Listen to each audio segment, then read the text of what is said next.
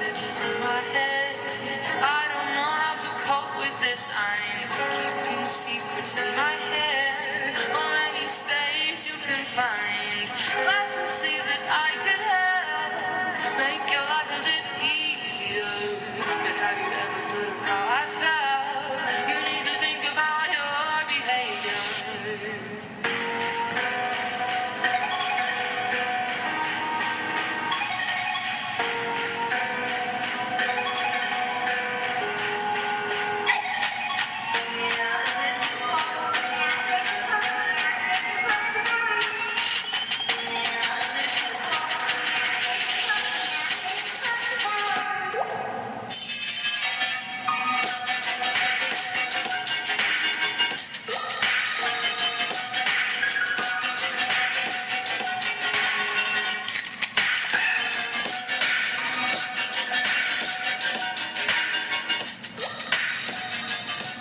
It is Over the Hump Day, as known as Wednesday, and welcome to Butch On Sports.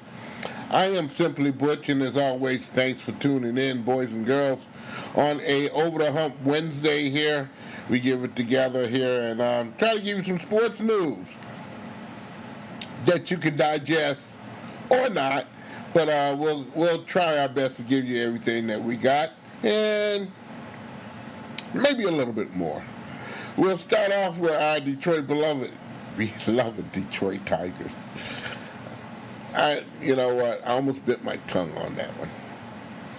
Well, Ivan Nova, he pitched 8 scoreless innings, and the White Sox beat the Detroit Tigers by a score of 8-1 today, this afternoon. Yes, indeed. And, stats I love, in such a manner that is fitting to maybe dress up the scenario of the Detroit Tigers on between this 4-game series that they had starting Tuesday night and ending today. No, Monday night and ending today. Tuesday was a doubleheader. We almost blew that away there. Of course, the Tigers are having a problem with basically winning 2 in a row, which they did not accomplish today. According to Fox Sports News, the White Sox became the first Major League team since 1974 to put runners on base in every single inning of this 4-game series. They scored 26-1 and won 3 times, including the rear end kicking today of 8-1. Tigers scored the 9th inning to keep it from a shutout, but who cares, huh? Who cares? I shake my head. Defense, non-existent. Pitching, stinks. Let's move on. The National Play campaign will make a stop at Comerica Park tomorrow. The Tigers play the Kansas City Royals tomorrow night. However, tomorrow afternoon, they're going to make a little stop to the importance of a child's living and healthy lifestyle, and also disability inclusions. In 2014, the Play campaign became the first program in professional sports to include children with disabilities. In 2017, the PBATS partnered with the Rutman Family Foundation and National Down Syndrome Society to enhance this particular effort there. Created in 2004, as I said, the Professional Baseball Athletic Trainers Association promoted this particular thing called Play, promoting a lifestyle of active or activity for youth campaign, which forms to raise awareness about children's health issues and also disability inclusion in the United States, which is very bad. I had a little chance to talk on the game on Monday night, and we talked about pay to play,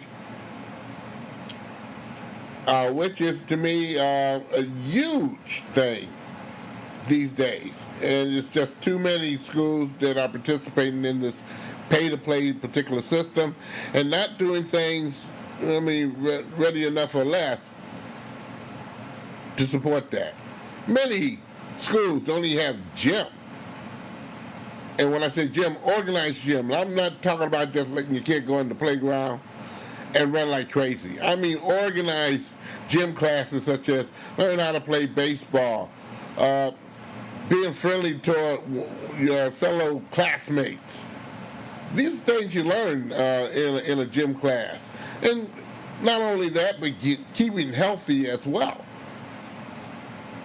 So it will be something that will promote some goodness in there. This will happen tomorrow at Comerica Park between 10:30 and 12:30 tomorrow afternoon. And there are some youth that are invited down there, and some trainers. And Rick Sharon, former New York Yankee, also part of this particular promotion to, again, raise awareness for childhood health issues and also disability inclusion, which is should not be.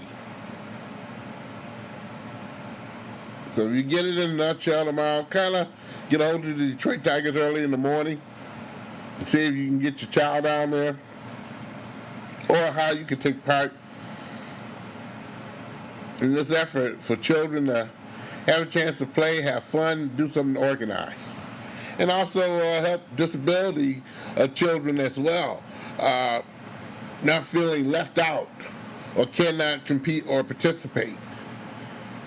There are many things that overwhelming things that disability or disabled children can't take part in to make them feel like somebody. And I mean, that's a good thing. Detroit Tigers also will be kicking off their Negro League weekend on Friday.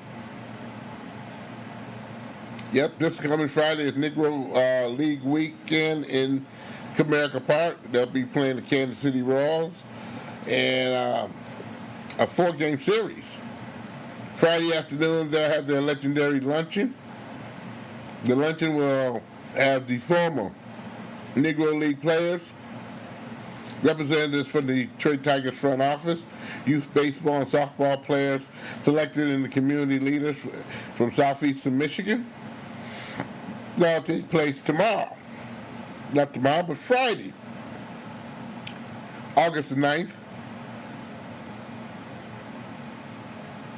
from 11:30 to 1 o'clock.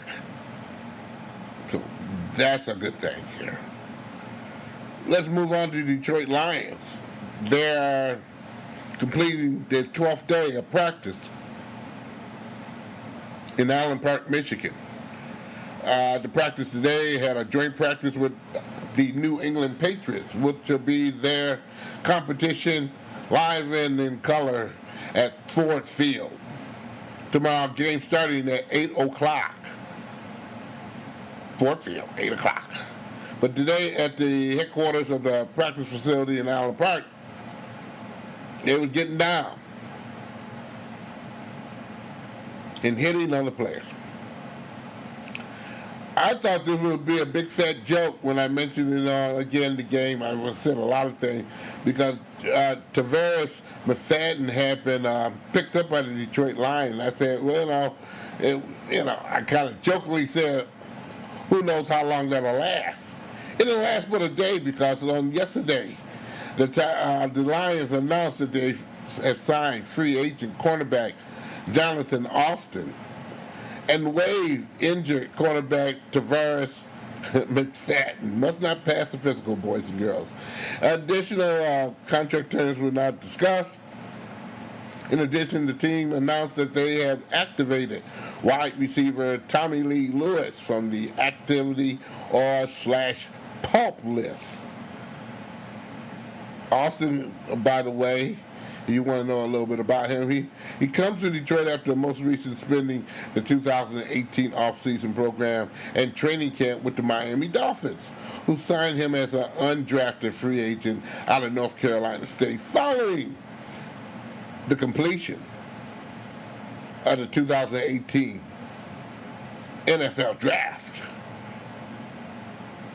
Yeah, got a whiff of that one too, huh? You just knew something was not right. Again, the Lions play tomorrow at Ford Field against the New England Patriots. The first seasonal, and I mean seasonal, non-counting game. There'll be 3 more before Labor Day weekend. We all should be cheering then. Hopefully the Lions have a better season than they have in a very long time. It's been a very long time. Vince Carter has reached a deal to return to the Atlanta Hawks. And that deal we checked out this morning. Yeah, it's true. Vince Carter, that is, previously announced. He previously announced that he would be retiring after his next season, which will be his 22nd of the season, and he will be the longest tenured player in NBA history. Yes, Carter will become the first player in the NBA system to play 22 seasons. And he passed Dirk Nowitzki, Kevin Garnett, Robert Parrish, Kevin Willis.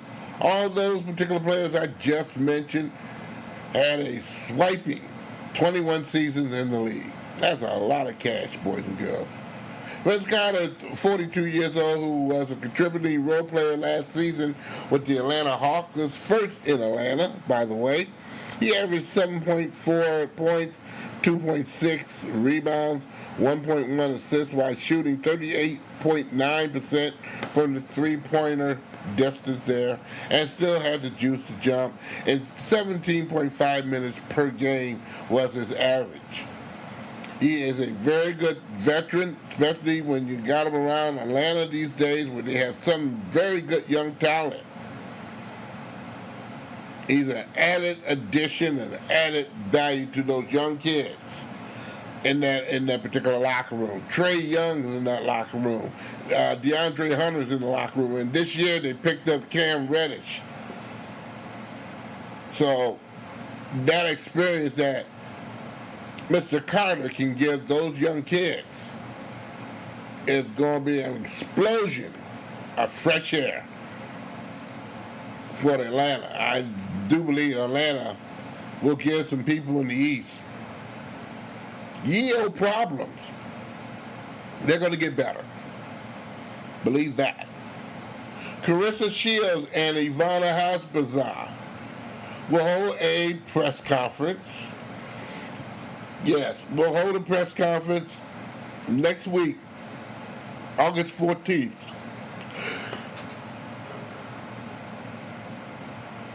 At where are they going to? At the St. Regis Hotel.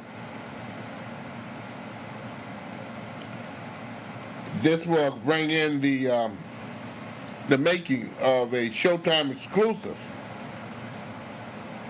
happening on October the 5th in Flint, Michigan. The Door Event Center in Flint, Michigan is what it's called. And they're going to get down to the ground and having some championship matches on that particular row.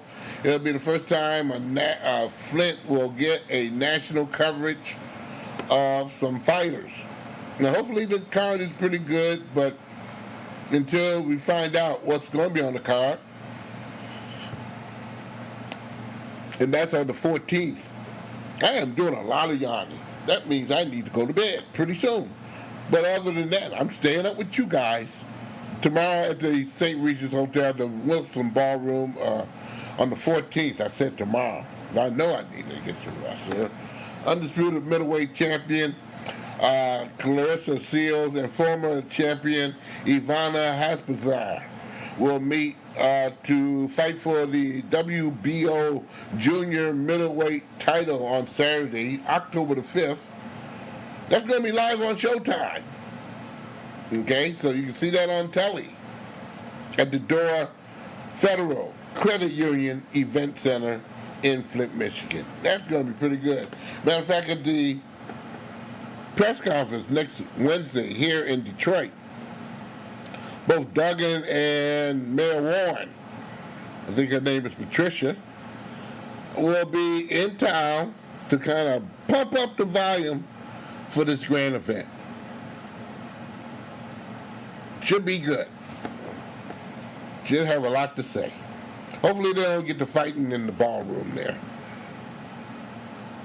The University of Purdue of Fort Wayne have announced, and they announced this weekend, that they're joining the Horizon League that will begin competition during the 2020-21 season academic year. Yes, the Horizon League Board of Directors approved the university's application for membership last week, and they got that job done in a hurry.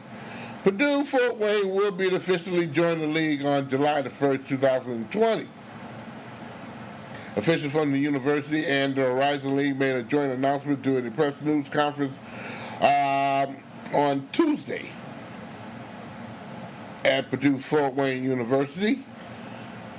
They're very excited, which they quite sure many from Purdue Fort Wayne alumni and administration members got out there and said to join the Horizon League. The Horizon League, as you know, Oakland University, as well as the University of Detroit Mercy Titans, are part of that particular. Their nickname is the Mastodons. So the Mastodons in 2020 will be part of the Horizon League. Right now we only see basketball, baseball, softball, and some other sports not getting any kind of reference, which I know they do have a football team, but many of those particular teams in the Horizon League don't have one. Not knowing what they're going to do about that, they're especially glad to be part of that. The Mastodons. They'll be playing some preseason games pretty soon. You can bet your bottom dollar on that one there. Very good school. They were part of the Purdue system there, which, as you know, they have a Michigan State and University, not only in East Lansing, but branched out here in Detroit, Savage University of Michigan. You know, and also in not in Ann Arbor per se, but in Dearborn, University of Michigan in Dearborn. The Wolverines is the name in Ann Arbor. The Wolves is the name in Dearborn, right next door to Henry Ford Community College, which I spent a lot of time with in my younger days back in Detroit. On the game, I mentioned that for the third time tonight, we did talk about, myself, Scott Nason, about the average school's participation and how many schools were charging the kids money to be able to participate in sports. We call it paying to play. Paying to play, some people say is a good thing because it doesn't come out of the school's coffers, or not as much, because the expense gets higher. To me, pay to play is not a good thing. I think the schools need to wrap the responsibility on paying the majority of the fees that these kids and children are paying for. I know there's alternatives that many schools have when a child or their parents can't afford to pay the amount of money that is normally asked for to participate in sports, especially football and hockey. Those are the two highest ones in conversation with many. When I say many of the administrators and also sports athletic directors of those particular schools, especially in Downriver. I had enjoyed a chat with many of them. The average for a school participate, a student, girl or boy, is $126 per child. Of course, there are exceptions to the rule when a parent can't afford it. You need to check your school. on that particular role, on how much, what they can do to help that particular child take part in playing sports. I still say that number should be cut lower, very low. But 50% of the people who took surveys come to find out that they are charging children pay to play.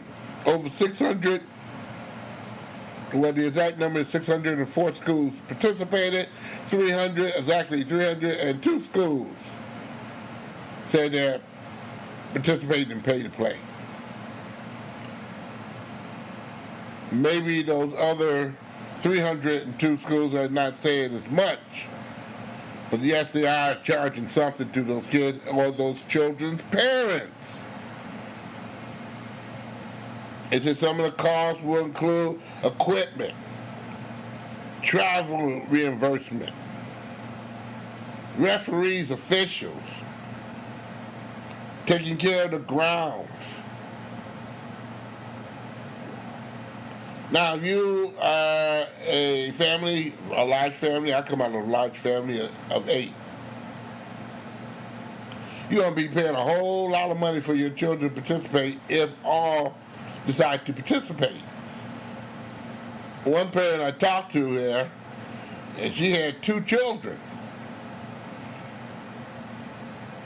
She paid, in essence, about $1,000. And it wasn't even Christmas yet. So we're saying you got another good 6 months if a child wants to participate in other sporting events that would take the parent to pay some money.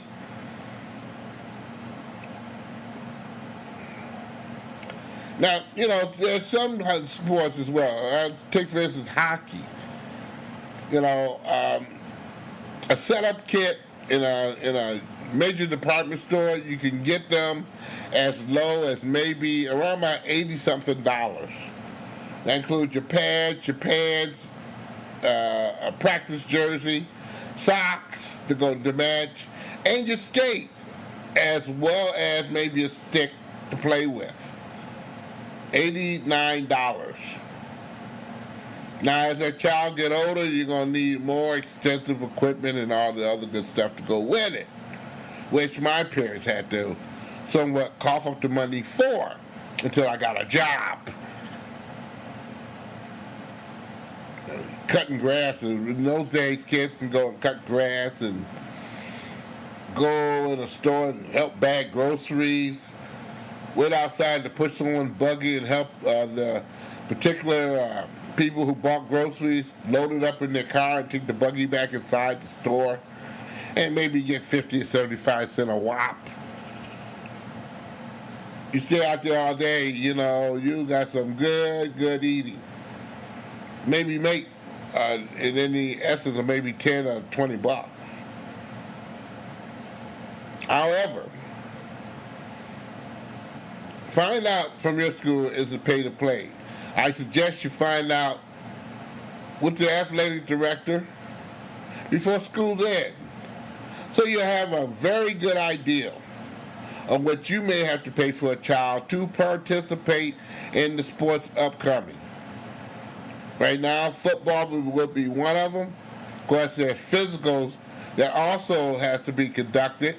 Some schools will bring a doctor in, pay the doctor to give you a free physical, and if you're all right, they will clear you from that point. Other schools, and there are many who do so, will ask you to go to your regular doctor. Now, doctor office fees is about maybe anywhere from 80 to 150 bucks a pop. And you're talking about a physical where a doctor has to spend a little bit more time with you. And maybe you have to take tests or something. That's going to raise a whole lot of flags there. Many parents can't afford that. God knows that they're sick and have to take them to the doctor. But those are the things that are done in this play-to-play system of athletic sports or school sports. Yes, it's happening in the private school sector. However, they find other ways still to subsidize a player who cannot afford it.